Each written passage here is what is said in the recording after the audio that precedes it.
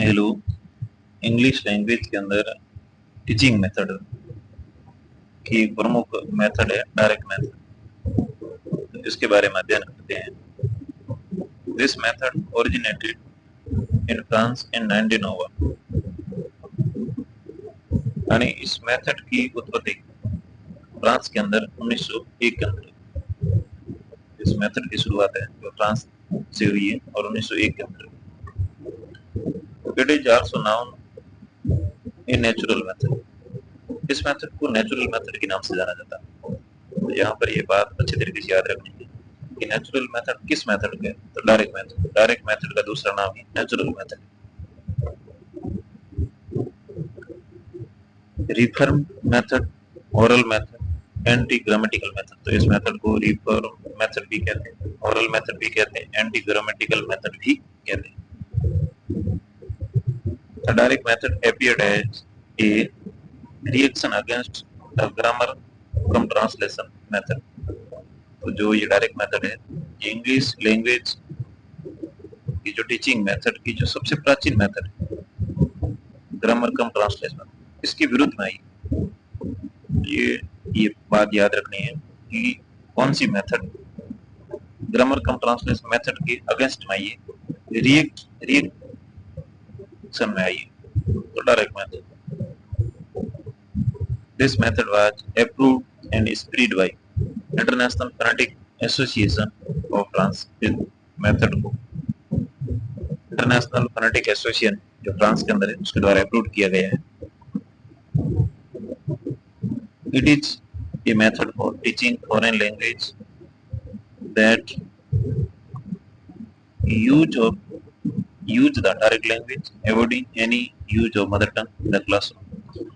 इस मेथड को foreign language के अध्ययन के लिए काम में लिया जाता है। तो यहाँ पर फॉरेन लैंग्वेज यानी इंग्लिश लैंग्वेज को इंडिया के अंदर फॉरेन लैंग्वेज माना जाता है और सेकंड लैंग्वेज माना जाता है। और यहाँ पर टारगेट लैंग्वेज का मतलब ही इंग्लिश लैंग्वेज। तो इस मेथड के द्वारा जब फॉरेन लैंग्वेज पढ़ाई जाती है तो इंग्लिश को ही यूज लिया जाता है, इंग्लिश को ही काम में लिया जाता है क्लासरूम के अंदर। Avoiding any use of mother tongue, in classroom के अंदर बच्चे की मातृभाषा को काम में नहीं लिया जाता है। तो ये बात अच्छी तरीके से यहाँ पर याद रखनी। It is a method of teaching a foreign language. ये जो मेथड है फॉरेन लैंग्वेज की पढ़ाने के लिए इसके द्वारा through conversation, discussion and reading in the language itself without the use of the people's language. तो यहाँ पर ये बात याद रखनी है कि फॉरेन लैंग्वेज कन्वर्सेशन के द्वारा, डिस्कशन के द्वारा और रीडिंग लैंग्वेज इसके द्वारा जो ये टीचिंग मेथड है इसमें कन्वर्सेशन, डिस्कशन और रीडिंग के द्वारा इस मेथड को पढ़ाया जाता है। ज्यादा ज्यादा इंग्लिश के अंदर बातचीत की जाती है टीचर और बच्चों के बीच में क्लासरूम के अंदर without the use people's language. यहाँ पर बच्चे की मातृभाषा के बिना अध्ययन किया जाता है, विदाउट ट्रांसलेशन, बिना अनुवाद किए हुए। ये बात अच्छी तरीके से याद रखनी है कि इस मेथड के द्वारा जब अध्ययन करवाया जाता है तो बच्चे की मातृभाषा को काम में नहीं लिया जाता है, बच्चे की मातृभाषा में अनुवाद और सेंटेंस का नहीं किया जाता है without the study of formal grammar. और ग्रामर को फॉर्मल रूप से नहीं पढ़ाया जाता, यानी ग्रामर को अलग से नहीं पढ़ाया जाता है। ग्रामर का डिस्कशन उस क्लासरूम के अंदर अध्ययन के दौरान ही किया जाता है। तो यहाँ पर जो मुख्य बात याद रखनी है कि जो डायरेक्ट मेथड है 1901 के अंदर फ्रांस के अंदर उसकी उत्पत्ति होती है और इसको नेचुरल मेथड कहते हैं। अच्छी तरीके से याद करना है। और ये मेथड है इंग्लिश लैंग्वेज की टीचिंग मेथड की जो सबसे ओल्डेस्ट मेथड है, the grammar translation come method, उसके अगेंस्ट आई। ये बात अच्छी तरीके से याद है। नेक्स्ट है characteristics of direct method. Characteristics of direct method and direct method की क्या क्या विशेषता है, तो ये अपन अध्ययन करते हैं। Direct method aims to establish a direct bond between the words and their meanings, thoughts and expression. जो डायरेक्ट मेथड है इसका मेन लक्ष्य है, मेन उद्देश्य एक डायरेक्ट संबंध स्थापित करना वर्ड्स एंड देयर मीनिंग, शब्द और शब्द के अर्थ और उनके विचारों और उसके एक्सप्रेशन में एक प्रत्यक्ष संबंध स्थापित करना, बिना किसी मातृभाषा को, बिना किसी अदर लैंग्वेज को यूज करते हुए एक प्रत्यक्ष संबंध स्थापित करना, शब्द और उसके अर्थ, यानी इंग्लिश टू इंग्लिश ही पढ़ाना। नेक्स्ट है, this sentence is the unit of teaching in this method. इस मेथड के अंदर जो यूनिट ऑफ टीचिंग वो सेंटेंस है। तो ये बात सबसे इंपॉर्टेंट है डायरेक्ट मेथड की विशेषताओं के अंदर, कि इस मेथड के अंदर जो यूनिट ऑफ टीचिंग वो सेंटेंस है। जैसे पहले अपने पढ़ रखा है कि ग्रामर कम ट्रांसलेशन मेथड के अंदर यूनिट ऑफ टीचिंग वर्ड था, लेकिन इस मेथड के अंदर सेंटेंस है। नेक्स्ट है, grammar is dot inductively and indirectly. Grammar है इसके अंदर प्रत्यक्ष रूप से नहीं पढ़ाई जाती और आगमनात्मक रूप से पढ़ाया जाता है। यानी इसका मतलब होता है ग्रामर है अलग से इसमें नहीं पढ़ाया जाता है, ग्रामर इस अध्ययन के दौरान ही, लेसन के दौरान ही पढ़ाया जाता है। इसको अलग से, ग्रामर की अलग से क्लासें नहीं लगती, जैसा कि ग्रामर उस ट्रांसलेशन मेथड के अंदर था, ग्रामर की क्लास अलग से लगती थी, अप्रत्यक्ष रूप से पढ़ाया जाता है। लेकिन इस प्रत्यक्ष रूप से पढ़ाया जाता है, इसमें ऐसा नहीं किया जाता है। The use of mother tongue is discussed, और मदर टंग भाषा को इसमें इग्नोर किया जाता है, बच्चे की मातृभाषा को इसमें काम में नहीं लिया जाता है। इसके अंदर इंग्लिश टू इंग्लिश ही पढ़ाया जाता है। Two maxim of teaching are follow, इसके अंदर दो अधिगम सूत्र को काम में लिया जाता है। पहला है simple to complex, concrete to abstract, यानी सामान्य से कठिन की ओर, सरल से कठिन की ओर, और मूर्त से अमूर्त की ओर। तो ये बात भी अच्छी तरह याद करनी है, इस मेथड के अंदर कौन से मैक्सिम फॉलो किए जाते हैं। Much stress is put on speech,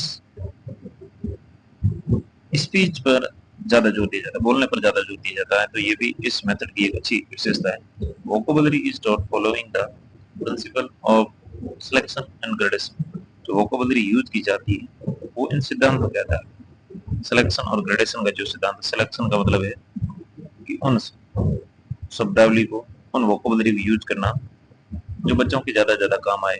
selection का सिद्धांत पहले अपन पढ़ चुके हैं। और ग्रेडेशन का मतलब बच्चों के ग्रेड के अनुसार उस मटेरियल को लेना।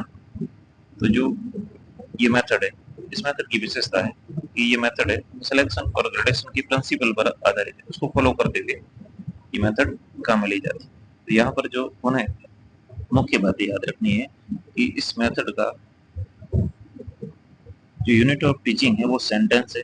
इसके अंदर ग्रामर आगमनात्मक रूप से पढ़ाई जाती है और प्रत्यक्ष रूप से पढ़ाई जाती है। इसके अंदर मातृभाषा को इग्नोर किया जाता है। इसके अंदर simple to complex, concrete to abstract ये मैक्सिम काम में लिए जाते हैं और बोलने पर ज्यादा जोर दिया जाता है। और ये मेथड सिलेक्शन और ग्रेडेशन सिद्धांतों पर आधारित है।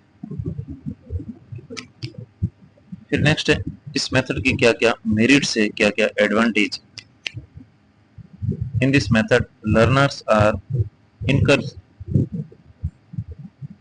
To think and communicate in English. इस मेथड के अंदर जो लर्नर्स है, अधिगम करता है, स्टूडेंट्स है, विद्यार्थी है, वो इंग्लिश के अंदर ज्यादा से ज्यादा सोचने के लिए, बातचीत करने के लिए, संप्रेषण के लिए उत्साहित होता है, तैयार होता है। तो इस मेथड की एक ये इस मेथड का एक मेरिट्स है, गुण है, इसका एडवांटेज है। इस मेथड के अंदर जो स्टूडेंट है वो इंग्लिश के अंदर ही सोचता है।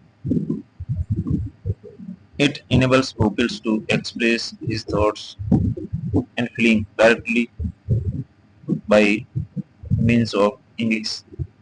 इस मेथड के अंदर ये मेथड है बच्चे को अब उनके विचारों को और उनकी भावनाओं को सीधे इंग्लिश के अंदर एक्सप्रेस करने के लिए योग्य बनाती है। इसके अंदर जो स्टूडेंट होता है, लर्नर्स होता है, वो अपनी मातृभाषा को यूज न करते हुए सीधा इंग्लिश टू इंग्लिश ही उसके अंदर सोचता है, without the intervention of his mother tongue. इन्हें अपनी मातृभाषा का उपयोग न करते हुए, बिना मातृभाषा का उपयोग करते हुए स्टूडेंट है सीधा इंग्लिश टू इंग्लिश ही सोचता है। This method promotes fluency in speech. ये मेथड है बच्चे के अंदर बोलने की जो तीव्रता है उसको बढ़ाता है। Emphasis on pronunciation of the language, और लैंग्वेज के उच्चारण पर जोर देता है। It increase the ability of understanding and develops self confidence. ये मेथड है बच्चे के अंदर सोचने की जो कैपेसिटी एबिलिटी उसको बढ़ाता है और सेल्फ कॉन्फिडेंस को बढ़ाता है। क्यों? क्योंकि इसके अंदर जो स्टूडेंट होता है वो इंग्लिश टू इंग्लिश ही बात करता है, इसके अंदर इंग्लिश में ही पढ़ाया जाता है, तो बच्चे के अंदर उस सब्जेक्ट की एबिलिटी विकसित होती है, अंडरस्टैंडिंग विकसित होती है, बच्चे के अंदर सेल्फ कॉन्फिडेंस आता है उस लैंग्वेज के प्रति।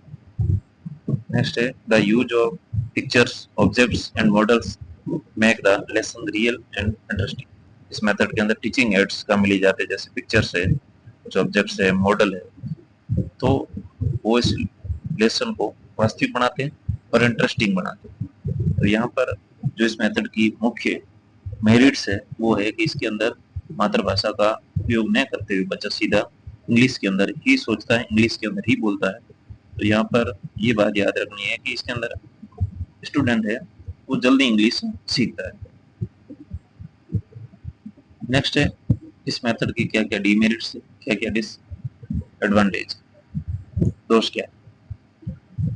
तो पहला है इसमें this method ignores reading writing. तो ये मेथड रीडिंग और राइटिंग को इग्नोर करता है, क्योंकि अपने पहले ही पढ़ रखा है कि ये मेथड है स्पीच पर ज्यादा जोर देती, स्पीकिंग और लिसनिंग पर ज्यादा जोर देती, तो ये रीडिंग और राइटिंग पर इग्नोर करती थी। ये बात यहाँ पर अच्छी तरीके से याद रखनी है कि ये मेथड है रीडिंग और राइटिंग को इग्नोर करती।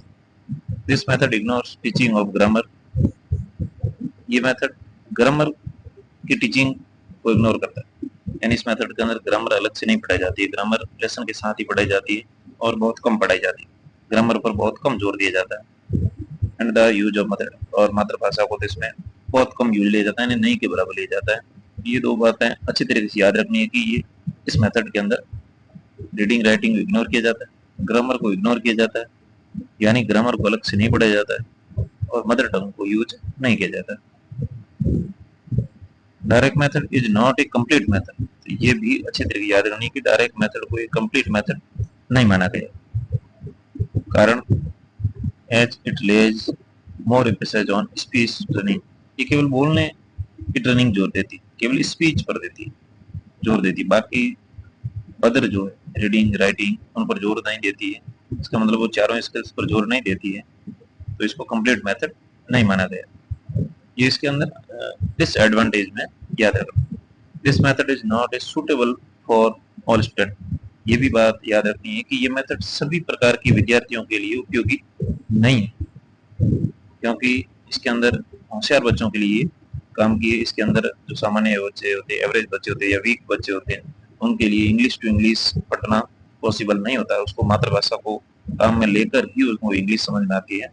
लेकिन ये मेथड है केवल इंटेलिजेंट बच्चों के लिए, कैन बी बेनिफिशिएटेड दिस मेथड। ये मेथड है सभी बच्चों के लिए उपयोगी नहीं है, केवल होशियार बच्चों के लिए ही काम की। This method very expensive, this method is very expensive. ये मेथड थोड़ी, ये मेथड है एक्सपेंसिव, महंगी है, because a lot of audio visual material is needed. इसके अंदर बहुत सारे ऑडियो विजुअल टीचिंग मेथड की जरूरत, मटेरियल की जरूरत पड़ती है, इस कारण इस मेथड को एक्सपेंसिव माना गया। This method is a inconvenient and impractical in Indian context. इस मेथड को भारतीय संदर्भ में असैद्धांतिक माना गया, असुविधाजनक माना गया, क्योंकि where the classroom is overcrowded, यहाँ पर जो क्लासरूम है वो और क्राउडेड है, मतलब यहाँ पर क्लासरूम के अंदर बच्चों की संख्या ज्यादा है, इस कारण ये मेथड यहाँ पर इम्प्रैक्टिकल है, असुविधाजनक। ये मेथड वहां ज्यादा उपयोगी है जहां पर स्टूडेंट की संख्या कम होती है, लेकिन भारतीय स्कूलों की क्लासों में स्टूडेंट की संख्या ज्यादा होती है, इस कारण ये मेथड थोड़ी उपयोगी कम है। तो इस मेथड के जो दोष है या जो डिसएडवांटेज है, जो मेरिट्स है, वो है कि ये मेथड रीडिंग और राइटिंग को इग्नोर करती है, ग्रामर को इग्नोर करती है, मदर टंग को इग्नोर करती है। इस मेथड को कंप्लीट मेथड नहीं माना जाता है। ये मेथड सभी बच्चों के लिए उपयोगी नहीं है, केवल इंटेलिजेंट बच्चों के लिए उपयोगी है। ये मेथड काफी महंगी है, एक्सपेंसिव है और ये भारतीय संदर्भ में उपयोगी नहीं। थैंक्स।